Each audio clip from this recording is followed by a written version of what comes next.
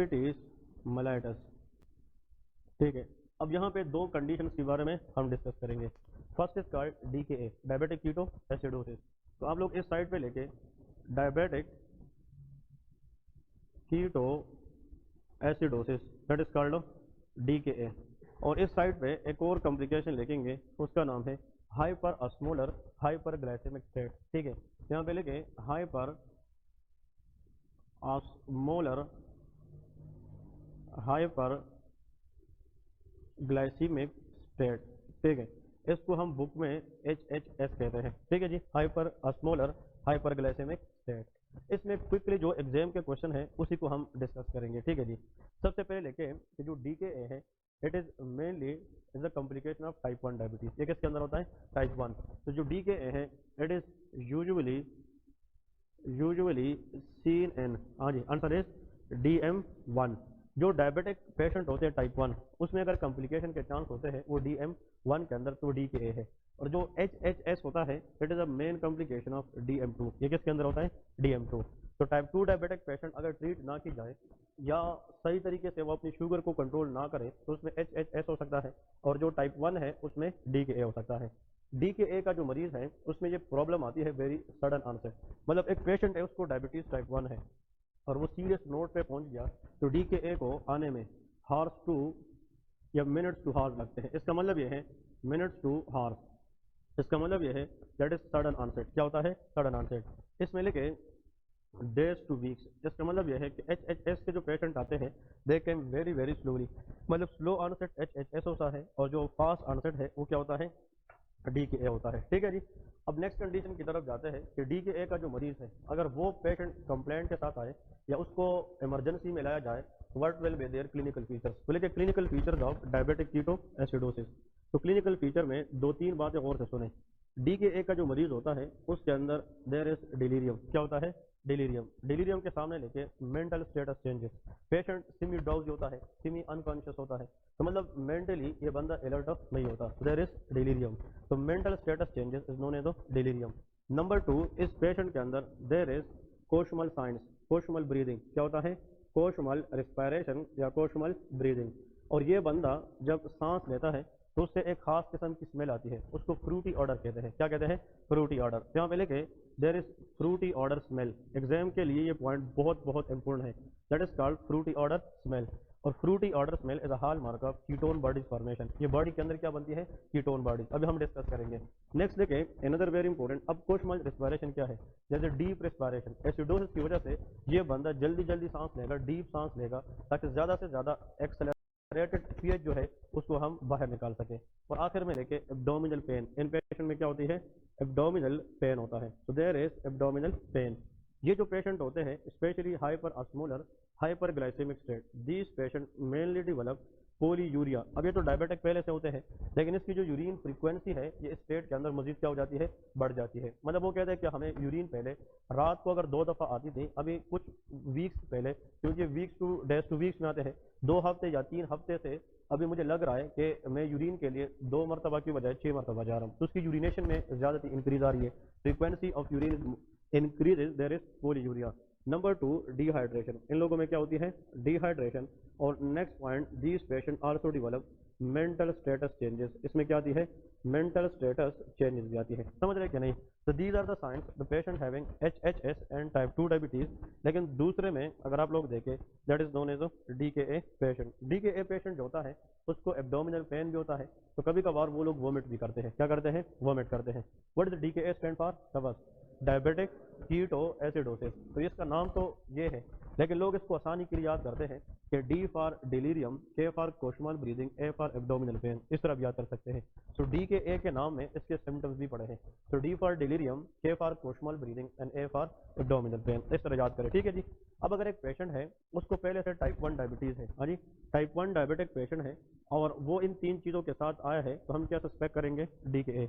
तो सबसे पहले लैब वैल्यू के अंदर हम क्या चेक करेंगे? ग्लूकोज। इसका ग्लूकोज लेवल चेक करेंगे। तो अनकंट्रोल्ड डायबिटीज में ये होता है, तो ग्लूकोज लेवल ज़्यादा आएंगे कि कम? ज़्यादा आएंगे। DKA के जो मरीज होता है ना उसकी ग्लूकोज लेवल ऑलवेज 250 mg/dl से क्या होता है? ज़्यादा होता है। तो देयर इज हाइपर ग्लाइसीमिया। फिर नेक्स्ट क्वेश्चन, हम इसकी एबीजी चेक करते हैं। क्या चेक करते हैं? ABG, arterial blood gases. तो हम जब एबीजी चेक करते हैं, प्लीज नाम से पता चलता है इन लोगों के अंदर क्या होता है? एसिडोसिस।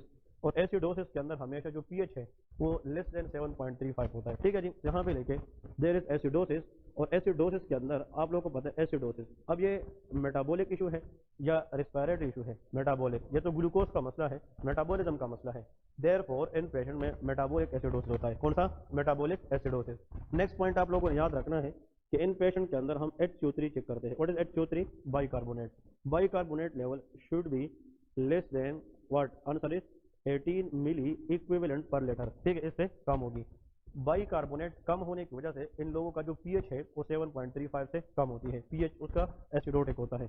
यहाँ पे लेके इसकी अगर हम पीएच चेक करें, दैट विल बी हाँ जी लेस देन 7.35। तो this pH is called off acidotic pH. Number 2, exam question जो आता है, इवन के हमें MRCP 1 में भी ये क्वेश्चन आया था कि भाई इसकी अनाइन गैप क्या होती है? अनाइन गैप, तो हमें अनाइन गैप मालूम करना है। अभी हम डिस्कस करेंगे कि अनाइन गैप किस तरह मालूम होता है। लेकिन डायबिटिक पेशेंट अगर टाइप 1 है और उसमें DKA है तो उसका अनाइन गैप रेज होता है। क्या होता है? रेज। तो एग्जाम के अंदर आता है कि what will be anion gap in DKA? Answer is raised, वो रेज होता है। और जब आप यूरिन में कीटोन बॉडी चेक करेंगे वो भी प्रेजेंट होंगे। ठीक है, तो there is ketone body in the urine. Clear है? ये सारे के सारे इन्वेस्टिगेशन किसके अंदर होते हैं? आंसर इज DKA पेशेंट में होते हैं। लेकिन अगर आप ऑस्मोलरिटी चेक करें, सीरम ऑस्मोलरिटी इज नॉर्मल, ये बहुत इंपॉर्टेंट है।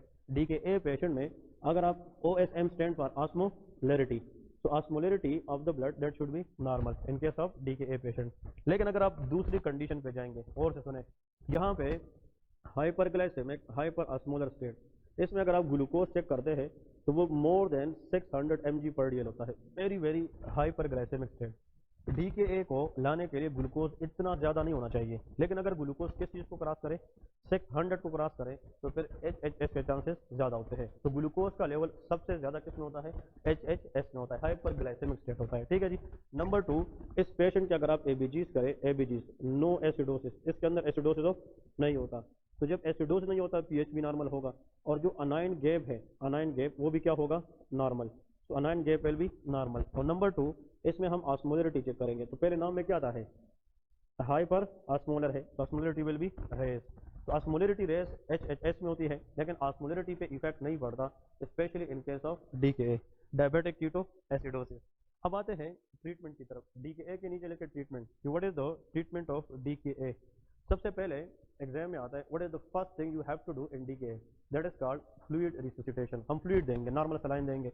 यहाँ पे इसकी जो ट्रीटमेंट है ना, ट्रीटमेंट हम बाहर से क्या देंगे? शाबाश, आंसर इज फ्लूइड देंगे, that is normal saline. Number 2, इस पेशेंट के अंदर ग्लूकोज लेवल क्या है? ज़्यादा है। और DKA किस डायबिटीज़ में होता है? टाइप 1। टाइप 1 में इंसुलिन होता है कि नहीं? हाँ जी, नहीं होता। तो हम बाहर से इंसुलिन देंगे ताकि हम हाई शुगर को क्या करें? कम करें। यहाँ पे लेके इंसुलिन इन्फ्यूजन। और कल हमने इंसुलिन बताया था कि इसमें हम रेगुलर इंसुलिन देंगे, शॉर्ट एक्टिंग इंसुलिन। और DKA के अंदर इंसुलिन हमेशा IV में रहते हैं। नॉर्मली इंसुलिन हम सब कुटेनियस देते हैं, लेकिन DKA के अंदर क्या देते हैं? IV में देते हैं, इंट्रावीनस देते हैं। फिर नेक्स्ट क्वेश्चन आप लोगों ने याद रखना है कि इन पेशेंट को हम बाहर से बीटा-2 एगोनिस्ट भी दे सकते हैं, लेकिन इतना इफेक्टिव नहीं है। सिर्फ 2 मेन चीज़ें हैं, फ्लूइड प्लस इंसुलिन। लेकिन जब आप इंसुलिन देंगे तो अपनी शुगर पे नजर रखनी है, ऐसा ना हो कि पेशेंट किस में ना चला जाए? हाइपोग्लाइसीमिया में ना चला जाए। ठीक है जी, ये चीज़ें आप लोगों ने याद रखनी है। नहीं नहीं, उस इमरजेंसी स्टेट में देंगे। जब पेशेंट घंटे 2 बाद ठीक हो जाएंगे फिर तो नहीं देंगे। मतलब फिर तो वो टाइप 1 है, अपनी जो ट्रीटमेंट है वो एज इट इज कंटिन्यू रखेगा। ठीक है जी। तो मतलब आप लोगों ने कितने लोग थे जो हाउस जॉब कर चुके हैं? DKA का मरीज देखा है कि नहीं? मतलब बिल्कुल हर हॉस्पिटल में मेरे हाल में हर 2 से 3 दिन के बाद वो पेशेंट आते हैं। तो आप फ्लूइड देते हैं, इंसुलिन देते हैं। तो जब पेशेंट जो है फिर ठीक होता है उसको डिस्चार्ज करते हैं, एज इट इज जो नॉर्मल इसकी ट्रीटमेंट है वो हम याद मतलब ये उसको बताते रहते हैं। ठीक है जी। लेकिन एक चीज़ एग्जाम में आता है कि जो इंसुलिन देते हैं ना, इंसुलिन इसका एक मसला है। इंसुलिन का काम शुगर की लेवल को कम करना है, लेकिन ये शुगर के साथ साथ पोटाशियम को भी कम कर सकता है। तो you have to look for potassium as well. ऐसा ना हो कि पेशेंट हाइपोकेलेमिया में चला जाए, और जब पोटाशियम लेवल आप डिस्टर्ब करेंगे इट कैन कॉज एरिथमियाज। वो क्या करा सकता है? एरिथमियाज। देयरफॉर 2 थिंग, पोटाशियम पे नजर रखनी है, ग्लूकोज पे नजर रखनी है। जब हम किस चीज को स्टार्ट करेंगे? इंसुलिन को स्टार्ट करेंगे। इसकी जनाब जो ट्रीटमेंट है मतलब that is called aggressive fluid. इसको भी बाहर से ज्यादा क्या देंगे? शाबाश, एग्रेसिव फ्लूइड, ज्यादा से ज्यादा फ्लूइड देंगे। ये पेशेंट किस स्टेट में है? Hyperosmolar. Osmolarity depend upon solute, कल बताया था। तो सल्यूट जब ज़्यादा है और फ्लूइड लेवल कम है तो हाइपर ऑस्मोलरिटी होगी, तो हम फ्लूइड ज़्यादा देंगे ताकि जो हाइपर ऑस्मोलर स्टेट है उसको क्या कर सके, काम कर सके, और उसको हम आइसो ऑस्मोलर पे ले आए। इसलिए aggressive fluid is the treatment of choice for the case of HHS, ये एग्जाम में आता है, ठीक है जी। और साथ में इन पेशेंट के अंदर क्या होता है, पोली यूरिया। आप लोग मुझे ये बताएं, जब सल्यूट का लेवल ज़्यादा होता है, ग्लूकोज का लेवल भी क्या है, ज़्यादा, तो it will draw water from the cell. Osmotic pressure का नाम सुना है कि नहीं, तो ग्लूकोज किस प्रेशर के जरिए सेल से वाटर ड्रा करता है, ऑस्मोटिक, और उस ऑस्मोटिक प्रेशर से जब आप सेल से वाटर ड्रा करते हैं तो वो यूरिन की शक्ल में बाहर जाती है। इन पेशेंट के अंदर पूल यूरिया तो है, लेकिन साथ में एक्सेसिव यूरिनेशन के साथ इलेक्ट्रोलाइट लॉस हो सकता है कि नहीं, तो यहाँ पे लेके करेक्ट इलेक्ट्रोलाइट बैलेंस, अगर आप चेक करें कि इसका कोई इलेक्ट्रोलाइट इश्यूज है तो वो भी हमने साथ साथ क्या करना है, करेक्ट करना है। यहाँ पे लेके करेक्ट इलेक्ट्रोलाइट्स, इलेक्ट्रोलाइट से पोटाशियम है, मैग्नीशियम है, सोडियम है, ये सारी चीज़ें हम साथ साथ क्या करेंगे, वो हम डिस्कस करेंगे, और इलेक्ट्रोलाइट जो बैलेंस है उसको भी ठीक करेंगे, ठीक है जी। अब यहाँ पे एमसीक्यूज की तरफ आते हैं, ये खत्म हो गया, इसके साथ लेके कंसेप्ट। अब जो मेन कंसेप्ट है उसकी तरफ लेके आता हूँ कि कंसेप्ट में आप लोगों ने क्या याद रखना है। प्लीज इसमें आप लोगों ने याद रखे द मोस्ट इंपॉर्टेंट, कि अगर एक पेशेंट है उसमें DM1 है, क्या चीज़ है, DM1 डायबिटीज टाइप 1 है, और वो अपना ख्याल ना रखे या टाइम पे मेडिसिन यूज ना करे, तो उसकी जो हालत है वो क्या हो जाएगी, अनकंट्रोल, ठीक है। किसकी बात हो रही है, DM1। if this patient become uncontrolled there will be no insulin, इन पेशेंट के अंदर इंसुलिन नहीं होता, क्योंकि जो DM1 है उसमें आप लोग को पहले से पता है बीटा सेल की क्या होती है, डिस्ट्रक्शन। तो जब बीटा सेल डिस्ट्रक्शन होती है there will be no insulin. तो जब इंसुलिन नहीं होगा, इंसुलिन का काम लिपिड बनाना है, इलाइज करना है, बनाना है, लाइपोजेनेसिस। लेकिन अब इंसुलिन है ही नहीं तो लिपिड बनेगी कि लाइस होगी, लाइस होगी। तो इंसुलिन ना होने की वजह से लाइपोलाइसिस होती है, और जब आप लिपिड को ब्रेक डाउन करेंगे तो उससे फ्री फैटी एसिड बनेगी, क्या बनेगी, फ्री फैटी एसिड, क्योंकि ग्लूकोज आपस में मिलकर कार्बोहाइड्रेट्स बनाती है, अमाइनो एसिड आपस में मिलकर प्रोटीन्स बनाती है, इसी तरह फैटी एसिड्स आपस में मिलकर लिपिड्स बनाती है, समझ रहे कि नहीं। तो when you break down the lipids it will result of free fatty acid, और ये जो फ्री फैटी एसिड है ना, ये फिर कुछ रिएक्शंस के जरिए कन्वर्ट होगी एसिटाइल को ए में, किस चीज़ में, एसिटाइल को ए। इतना याद रखें, acetyl co A is a 2 carbon compound, ये क्या होता है, 2 कार्बन कंपाउंड, और ये जो एसिटाइल को ए है ये फिर ब्लड के जरिए लीवर में जाएगी, कहाँ पे जाएगी, लीवर में, और इस एसिटाइल को ए से लीवर के अंदर क्या बनेगी, कीटोन बॉडीज बनेगी, समझ रहे कि नहीं। कीटोन बॉडीज के नाम फिंगर टिप्स पे आने चाहिए। Number 1, the first ketone body is aceto acetate, ये नाम सुना है, aceto acetate. another ketone body is called beta hydroxybutyrate, ठीक है, और the third ketone body is known as acetone, ये क्या होता है, एसीटोन। ये 3 कीटोन बॉडीज आप लोगों ने एग्जाम में याद रखने हैं। अब ये कीटोन बॉडीज कहाँ पे बने हैं, प्रवास, लीवर में बने हैं, और फिर ये लीवर से ब्लड में आते हैं। इसमें सबसे लाइटेस्ट कीटोन बॉडी जो सबसे हल्की है वो एसीटोन है, वो कौन सा है, एसीटोन है। और जो कीटोन बॉडी सबसे हल्की होगी तो वो नीचे जाएगी कि ऊपर आएगी, फिर से गौर से सुने, the lightest ketone body because of gravity, नीचे जाएगी कि ऊपर आएगी, ऊपर आएगी, क्योंकि जिस तरह आप गैस छोड़े तो हवा तो ऊपर जाएगी ना, मतलब आप गुब्बारे में गैस भरेंगे तो वो तो ऊपर जाएगी, क्योंकि इसकी ग्रेविटी की वजह से जो वेट है वो बहुत कम है। तो इन तीनों में से सबसे लाइटेस्ट कीटोन बॉडी कौन सी है, एसीटोन है। तो ये ब्लड के अंदर नीचे जाएगी या ऊपर आएगी, ऊपर आएगी, लंग्स में आएगी, और लंग्स के जरिए हम इसको ब्रेथ में बाहर निकालेंगे, और ब्रेथ को ये फ्रूटी ऑर्डर देती है, कौन सी ऑर्डर, फ्रूटी ऑर्डर। तो एग्जाम के अंदर आता है कि डायबिटिक कीटो एसिडोटिक पेशेंट में ब्रेथ पुश मतलब रिस्पायरेशन, इसमें कौन सी ऑर्डर होती है, फ्रूटी। इस जो स्मेल है ना, इसके खास बू होती है, उसको फ्रूटी ऑर्डर कहते हैं, और फ्रूटी ऑर्डर स्मेल एग्जाम में आए due to the presence of which ketone body, acetone, वो एसीटोन होता है, ये सबसे लाइटेस्ट कीटोन बॉडी है, ठीक है जी। अब ये जो कीटोन बॉडी है ना, और से सुनेंगे, दिस कीटोन बॉडी, ये तीनों ये क्या करती है, this 3 ketone body continuously release H+, ये क्या रिलीज करती है, H+, मतलब H+ is a hydrogen ion, ये क्या रिलीज करती है, हाइड्रोजन, और ये प्रोटॉन है, और जहां पे आप हाइड्रोजन बढ़ाएंगे तो आप pH को कम करेंगे, इट कैन कॉज एसिडोसिस, ये क्या कराती है, एसिडोसिस। अब और से सुनेंगे, वेरी इंपॉर्टेंट, ये पेशेंट पहले से डायबिटिक था कि नहीं, हाँ जी, पेशेंट क्या था, डायबिटिक था। द पेशेंट इज डायबिटिक, और उसमें क्या बनी है, ये सारी कीटोन बॉडी, जिसकी वजह से ये क्या रिलीज करेंगे, H+, और pH कम होगा कि ज्यादा, कम होगा, तो pH किसकी तरफ जाएगा, एसिडोसिस, इसलिए इसको हम DKA कहते हैं। अब सवाल इसमें यह है ना, समझने वाली जो मेन गेम है वो ये है, बॉडी क्या करती है, इस H को न्यूट्रलाइज करने की कोशिश करती है। इधर प्लीज मुझे गौर से सुने, ये चीज जिसने मिस किया तो उसका एक MCQs हो जाएगा, तो please everyone has to focus here कि अभी हमने एक MCQs निकालना है। वो ये है कि आपके पास बॉडी के अंदर बाइकार्बोनेट्स होती है। क्या होती है? बाइकार्बोनेट्स, और इसकी जो वैल्यू है वो 22 से लेकर 26 मिली इक्विवेलेंट पर लीटर होती है। क्लियर है? अब और प्लीज करें, इधर करें। ये जो हाइड्रोजन है ना, ये अगर बॉडी में बढ़ता जाए ये पीएच को एसिडोसिस की तरफ लेके जाएगा। अब बॉडी क्या करती है, इसकी तरफ किसको भेजती है? HCO3। अब जब H प्लस और कौन चीज मिल जाएगी? HCO3, तो कितने H हो जाएंगे? 2, तो H2CO3 बनेगी। क्या बनेगी? H2CO3। यहाँ तक समझे कि नहीं? H प्लस के साथ जब क्या मिलेगी? HCO3, तो एक H ये है और एक ये देगा, तो H2CO3 बनेगी। और ये जो H2CO3, इसमें कितने H है? 2, तो H2, इसमें कितने O है? 3, तो एक O इसके साथ करे H2O हो जाएगा, और एक C के साथ कितने O रह गए? 2, तो एक CO2 बनेगा। ये जो कार्बन डाइऑक्साइड है ये बाहर हम एक्सहेल करेंगे, और जो वाटर है वो सेल अपने लिए यूज करेगी। समझ रहे क्या नहीं? तो अगर कीटोन बॉडी कंटिन्यूसली क्या बनाएगी? हाइड्रोजन आयन, और उसको बचने के लिए हमने बाहर से क्या दे दिया? बाइकार्बोनेट। तो इसको हम न्यूट्रलाइज करके इसकी एसिडिटी को खत्म करके H2CO2 में कन्वर्ट करेंगे। लेकिन होता यह है, इशू क्या है? मैंने आप लोग को ये पहले बताया था, जो पीएच है डायरेक्टली प्रोपोर्शनल टू बाइकार्बोनेट, और जो पीएच है इनवर्सली प्रोपोर्शनल टू PCO2। याद है क्या नहीं? और से सुने कंसेप्ट, मजा आएगा। It's a very conceptual area कि जब कीटोन बॉडी ज्यादा क्या बनाएगी? H प्लस, तो इसको कम करने के लिए बॉडी क्या यूज करेगी? HCO3।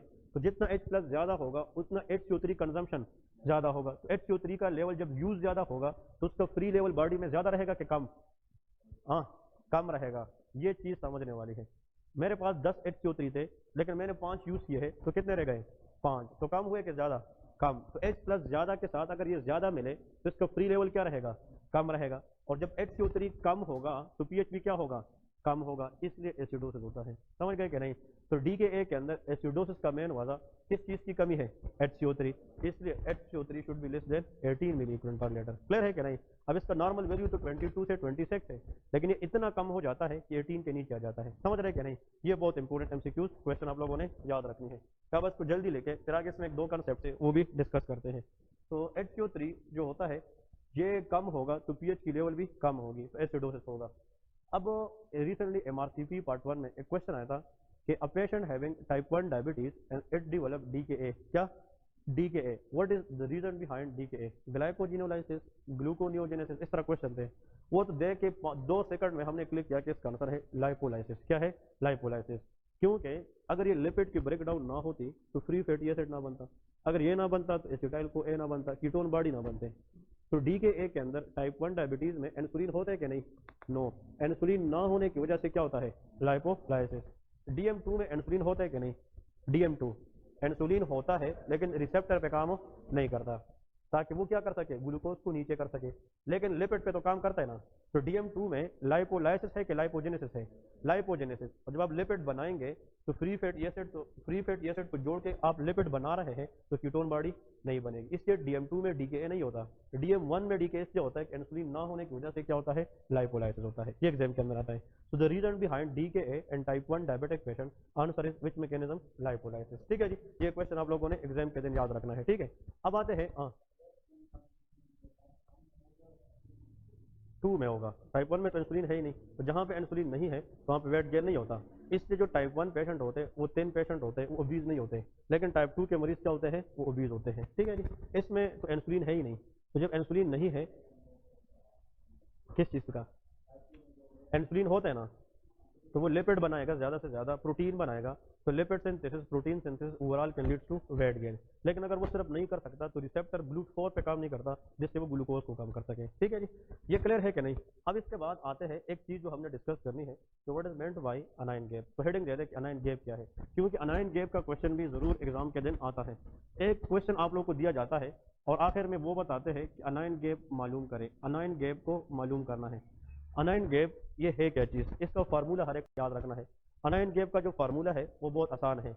Anion gap is equal to sodium plus potassium. ठीक है जी, sodium plus potassium minus bicarbonate plus chloride. ठीक है, इसको हम क्या कहते हैं? Anion gap. अनाइन गैप मालूम करने का ये फार्मूला है। जिस इलेक्ट्रोलाइट के ऊपर पॉजिटिव चार्ज होता है उसको कैटाइन कहते हैं, जिस पे नेगेटिव चार्ज है उसको एनाइन कहते हैं। It is the difference between cation and A9. Normal की तरफ जा रहे हैं, प्लीज गौर से सुने। अगर आप सोडियम को देखते हैं इसकी नॉर्मल वैल्यू 135 से लेके 145 तक होती है। पोटाशियम की जो नॉर्मल वैल्यू है वो 3.5 से लेके 5.5 होती है। HCO3 की नॉर्मल वैल्यू 22 से लेके 26 तक होती है। और Cl की जो नॉर्मल वैल्यू है वो 100 से लेके 110 तक होती है। ये इसकी नॉर्मल वैल्यूज है, आप लोगों ने ये भी याद रखना है। ठीक है, ये आसान है, एक दो दफा आप लिखेंगे पढ़ेंगे, that will help you to remind the normal values of this cation and of anion. अब इधर और से सुने, होता यह है कि नॉर्मल अनायन गैप, मैं यहाँ पे लिखता हूँ नॉर्मल, अगर इसको हम मालूम करते हैं ना नॉर्मल अनायन गैप, तो इन वैल्यूज की लोवेस्ट वैल्यूज हम रखते हैं। सोडियम की लोवेस्ट वैल्यू कितनी है 135, प्लस करेंगे किस चीज़ के साथ 3.5। पोटाशियम का लोवेस्ट वैल्यू 3.5 है, फिर इसको माइनस करेंगे किस चीज़ से 22 प्लस 100, ऐसा है कि नहीं, हमने लोवेस्ट वैल्यू रखी है। इन दोनों को आप प्लस करें तो इससे कितना आएगा 138.5 माइनस 122, नहीं ऐसा है 122, क्योंकि 100 प्लस 22 इज इक्वल टू 122, कितना आ जाएगा शाबाश 138 माइनस 0.5 माइनस 132, कितना बनेगा 8 और 7 15.5, कितना बनेगा 15.5, ऐसा है कि नहीं। तो this is the normal अनायन gap, ये क्या होता है नॉर्मल। अब इसका एवरेज देखे, एग्जाम के अंदर याद रखे 14 टू जो 18 है ये हम नॉर्मल लेते हैं, इसका एवरेज तकरीबन 15.15 बनता है। ठीक है जी, लेकिन अनायन गैप जब हम मालूम करते हैं तो हमें इसकी जो वैल्यूज है वो इस एंगल से लेने चाहिए। अब आते हैं कंसेप्ट की तरफ। शाबाश, अनायन गैप क्या रहे 16.5 आ रहा है, ठीक है, लेकिन मैंने आप लोगों को बताया था रेंज इतना होना चाहिए, 14 से कम नहीं होना चाहिए, 18 से ज़्यादा नहीं होना चाहिए। अगर 14 से कम है रिड्यूस अनायन गैप है, 18 से ज़्यादा है रेज अनायन गैप है। अब आते हैं अनायन गैप DKA के मरीज में, लेकिन मैं आप लोग को एक अभी से एक ऐसा क्वेश्चन बता रहा हूँ जो एग्जाम में 10 सेकंड भी नहीं लेता, और वो ऐसा क्वेश्चन होता है कि इंसान कुछ क्वेश्चन पे डरता है कि ठीक होगा कि गलत होगा। ये ऐसा क्वेश्चन होता है कि आपको उस दिन से पता होता है कि ठीक है। वो ये है कि वो आप लोगों को वैल्यूज देंगे कि सोडियम इतना है, ये इतना है, और फिर बताएंगे कि इस वैल्यूज को देखते हुए कि अनायन गैप कितना बनेगा। अब उधर सोडियम वैल्यू दिया है 140, कितना दिया है, तो आप कभी भी 135 ना लिखें, जो वैल्यूज दी है ना उसी को फिर लिखना है। अगर हम नॉर्मल मालूम करेंगे तो फिर लोग इस रखेंगे, लेकिन जो एग्जाम के दिन जो वैल्यूज उन लोगों ने दी है, लेकिन ये चीज़ पता होना चाहिए कि अनायन गैप मालूम करने के लिए सोडियम, पोटाशियम, क्लोराइड और बाइकार्बोनेट की वैल्यू जरूरी होती है। ठीक है जी, अब आते हैं हम अनायन गैप मालूम करते हैं। अगर एक पेशेंट को डायबिटिक थी तो क्या है एसिडोसिस है। अब आप लोग खुद बताएंगे कि किस तरह का है अनायन गैप इन पेशेंट में। देखें सोडियम हम कितना लेंगे 135, हाँ जी, प्लस पोटाशियम कितना लेंगे माइनस। अब और से सुने, DKA के मरीज में बाइकार्बोनेट की लेवल नॉर्मल होती है कि कम होती है, कम होती है, लेस देन 18, चले मैं लिखता हूँ 15 है, कितना है 15 है, और प्लस करेंगे 100। इसका मतलब कि अगर DKA के मरीज में इफेक्ट पड़ता है ना वो सिर्फ बाइकार्बोनेट पे पड़ता है, रिमेनिंग सारी चीजें क्या है नॉर्मल है। तो आप लोग बताइए कितना है 138.5 माइनस करें 115 है ना, दिस इज 115, तो 135 माइनस 115 कितना आएगा, आंसर इज 23.5। तो नॉर्मली 18 से ज्यादा नहीं होना चाहिए। अब ये रेस है कि कम है, रेस, इसलिए हमने DKA के अंदर लिखा है अनायन गैप इज रेस।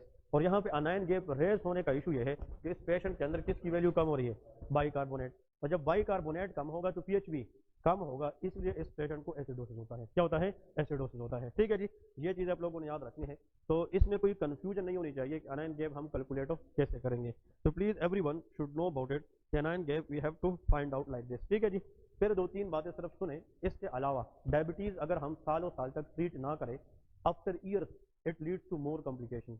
डायबिटीज का जो असर है वो ब्रेन पे हो सकती है, डायबिटिक न्यूरोपैथी। क्या होता है डायबिटिक न्यूरोपैथी। फिर आप उस बंदे को कोई टर्न चीज या कोई गर्म चीज हाथ या पैर के साथ टच करे तो वो फील नहीं करता, क्योंकि उसकी जो सेंसेशन है वो खत्म हो जाती है। तो डायबिटिक न्यूरोपैथी हो सकती है in the coming time. Number 2, जो इसको कहते हैं सेंसरी मोटर न्यूरोपैथी, न सेंसेशन फील करती है बंदा, न वो सही तरीके से मूवमेंट कर सकता है। नेक्स्ट क्वेश्चन आप लोगों ने याद रखना है, न्यूरोलॉजिकल प्रॉब्लम में डायबिटिक पेशेंट के अगर यूरिनरी ब्लैडर की कंट्रोल खत्म हो जाए ब्रेन से, तो इन लोगों में इनकॉन्टिनेंस हो सकता है। क्या हो सकता है इनकॉन्टिनेंस। 3 से 5 साल के बाद अगर डायबिटीज कंट्रोल ना करें, ऐसा नहीं कि आप कहें कि यार हमारे खानदान में एक बंदे को 20 साल से डायबिटीज है, वो उस हिसाब से मेडिसिन भी खाएगा ना। अगर 3 से 5 साल तक कोई मेडिसिन ना करे डायबिटिक पेशेंट, तो उसको चांस है कि इसकी विजन खराब हो सकती है। तो डायबिटिक रेटिनोपैथी हो सकती है। क्या हो सकती है डायबिटिक रेटिनोपैथी। डायबिटिक नेफ्रोपैथी हो सकती है, डायबिटिक कार्डियोपैथी हो सकती है, वस्कुलोपैथी हो सकती है, ये उसके अदर प्रॉब्लम्स हैं। और even some time diabetic foot हो सकती है, जिससे गैंग्रीन बन सकती है। और अगर आपको पता है डायबिटीज के अंदर ब्लड सप्लाई पेरिफेरी को कम पड़ जाए तो वो एरिया ब्लैक हो जाती है, गैंग्रीन कहलाता है, और उसका हल एम्पुटेशन होता है, उसको हम फिर सर्जिकली रिमूव करते हैं। डायबिटीज के लिए आप लोगों ने याद रखना है कि एक पेशेंट है उसको डायबिटिक क्या है, नेफ्रोपैथी, किडनी का इशू है, drug of choice ACE inhibitor है। क्या है? एसीई इनहिबिटर, कैप्टोप्रिल, एनालोप्रिल, ये मेडिसिन देते हैं। फिर दूसरी बात, आपके पास डायबिटिक पेशेंट आते हैं, आप उसको डाइट के बारे में काउंसल करें कि स्वीट चीज़ें आप ना खाएं, और आप इसको एक्सरसाइज पे आमादा करें कि डेली बेस पे 30 मिनट एक्सरसाइज करें for 5 days in a week, कि 5 दिन तक एक हफ्ते में at least 30 minute per day exercise से भी शुगर कंट्रोल कम होता है। ठीक है जी। और डायबिटिक पेशेंट को बताते हैं कि अपनी ट्रीटमेंट सही तरीके से जारी करें, और आप ऐसी चीज़ें अवॉइड करें जिससे आपकी शुगर कंट्रोल क्या होती है, ज़्यादा होती है। ठीक है जी। This what all about diabetes. कल इंशाल्लाह फिर नेक्स्ट टॉपिक पे जाएंगे। ठीक है, 10 मिनट ब्रेक करें, फिर सर्जरी का लेक्चर ले रहे हैं।